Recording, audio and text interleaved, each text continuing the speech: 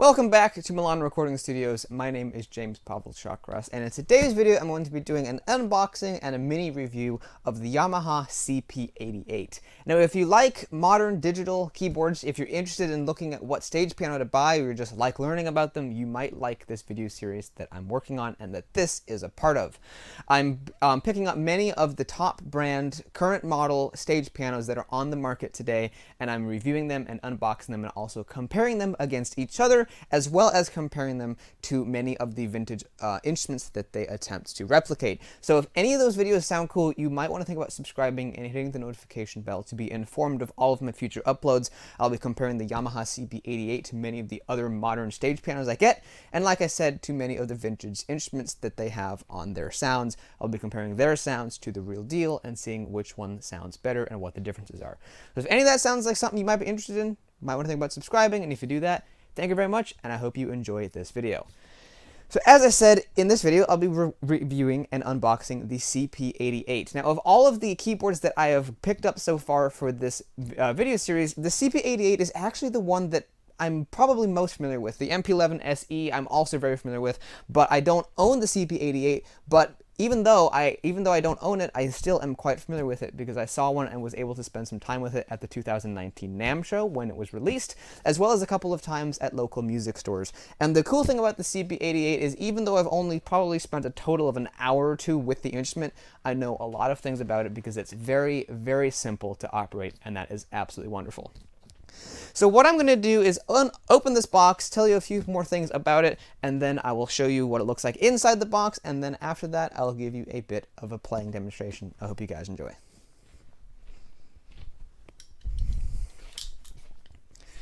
One thing I wanted to mention about the box that this is in is that it's actually in very good condition, and obviously the shipping company did a pretty decent job this time of shipping the box. Now it's not perfect, there are a couple of small dings on it, but it's a lot better than the previous box that was shipped to the studio, which was the Roland RD2000. That box had a lot of little problems with it, lots of dents and tears and all kinds of crazy stuff.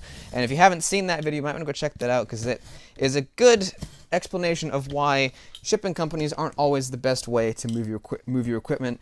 And in fact, if you're buying musical equipment, the best way to go get it is definitely picking it up yourself. Whether it's vintage equipment or whether it's new equipment that you're picking up at the store, it's the best idea to go get it yourself because it's going to be very unlikely that it actually will get damaged. A couple things interesting about this box is also that they've put staples on the top of it here to keep it secure, which is kind of interesting. And I don't know why they did that because I'm not sure that they really needed it, but I guess they felt that they did. Then there's also these little plastic straps which you can just peel back, just like so, and they come right off. And then we can unbox it with the exception of these staples, which I think I'm going to take out off camera, because I'm going to need a special tool for that. So let's go do that. So now I've got all of the little protective things gone, the tape, the staples, and the plastic straps. So now let's open it up and see how Yamaha packaged the CP88. Look at that. That is much different than the other two manufacturers that I've unboxed so far have packaged the keyboards. I mean, it's similar, but they're using different foam here. This is not styrofoam, it's something a little bit different. And the keyboard is also entirely wrapped up with this little foamy paper stuff, so much so that you can't even see what the instrument actually is. A lot of the other ones you could actually see through the foam because they didn't wrap it up as much as this. What is this? This is the owner's manual. Kind of slim. I'm surprised that it's that slim, but the CP88 is easy to operate, so I don't think there's too much to talk about in the owner's manual. Over here we have the power cable, nicely packaged in a bag that goes in a box that also duals as a spacer to help protect the keyboard. It's all very well thought out in here. It's very nice. And then in here we have, it's a little bit weird over here, but we've got, this must be the damper pedal. And anything else in here? It's the damper pedal, which is nicely packaged up. And then inside here, I'm hoping it has a music desk.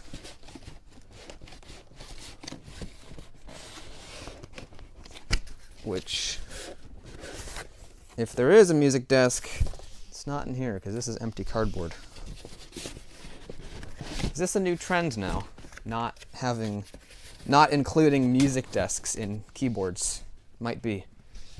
And there's nothing else over here. Now, I do believe that there is an optional music desk you can buy for this CP88, but I don't think it comes with it unless it's underneath. So let's get the keyboard all the way out of the box. These foam things, I think, just lift right out. Or they might... Do they bend? They might just be pinched over here. Yeah, that's weird. I think the foam is like on the end of the keyboard. You gotta take the whole thing out with the foam. Yeah, you gotta take the whole keyboard out with all the foam and the paper on it, and then slide the foam off, which is interesting as well. On the end of the... No, that's attached to this piece of foam. So yeah, you gotta lift the whole keyboard out of the box with the foam on it, and then take all the foam off of it, which is kind of weird. But let's do all that, and then you get to see what the CP88 looks like. So the CP88 is now out of the box, and now it is time for me to give it an unboxing score, and I'm going to be giving it a 9, because this keyboard was extremely, extremely well protected, and overall the layout of the box itself, where all the things were placed, was very well thought out. However, I'm going to deduct it just 1 point, just because it was a bit odd. You had to remove the entire keyboard with all the foam on it, and then take all the foam off of it, which is a bit different than how the other two manufacturers of Unboxed have done it. Kawai had foam spacers that were in 2 halves, and you could lift off the top and then lift the keyboard out, and Roland had it a bit different way, but it was a similar way where you have foam spacers you lift off, and the keyboard comes out of the box. Yamaha did it a bit differently, but overall it was very, very well protected, so it gets a 9 out of a possible 10. Now it is time to unwrap this, which they were not stingy with this foam paper. There is a lot of it on here. I feel like there's more of it on here than there were on the other two. Also, it's like a double layer as well. So we're going to unwrap this, and I'll get rid of it in a little bit, so it won't be here. But this, ooh, this is a brand new CP88 right out of the box. Look at that. That is really, really cool. What I find interesting is that even though this isn't like a store demo unit, they still have a sticker over here talking about the CP88's main features: seamless velocity layer transition for expressive and dynamic playing, live set saves, recalls and organizes sounds, Sound Mondo, social sound sharing online community, super responsive natural wood triple sensor grand piano action. That's what it says on that sticker. And I saw those on the demo units in the store, and I figured, oh, that must just be because it's actually a demo unit for the store. But apparently CP88s just come with that on the thing, which is kind of interesting. And yes, it does have, they are correct, it does have a wooden action in here as well, which gives it a bit of a more realistic feel compared to a plastic keybed. So this is the layout of the CP88. As you can see, it's all black. It's very sleek looking. It's also got these really brightly colored knobs here, or buttons, like, I don't know, what would you call those? I guess they're just buttons, I guess. But they're very brightly colored. Each one of those is for a different section. And probably the greatest thing about the CP88 is just how simple it is to use. You look at it, and you immediately know how everything works. You've got the piano category here. You toggle it with this. You change the sounds with this. You can select more sounds here, and there's a few different functions. This is the electric piano category, and this is the subcategory. And then you've got delay, reverb, and EQ. And then you got master volume. You've got a pitch bend and a little mod stick. Usually they're wheels, but they use this stick over here. It's a really, really easy to use keyboard, and the user interface on it is absolutely wonderful, and it's really, really great. So let me hook it up to an amp, let me get it all powered up, and let me show you guys what it sounds like. But before I do that, I wanted to grab the pedal unit and take a look at that, because I don't actually know what this comes with as a pedal unit. So let's check that out.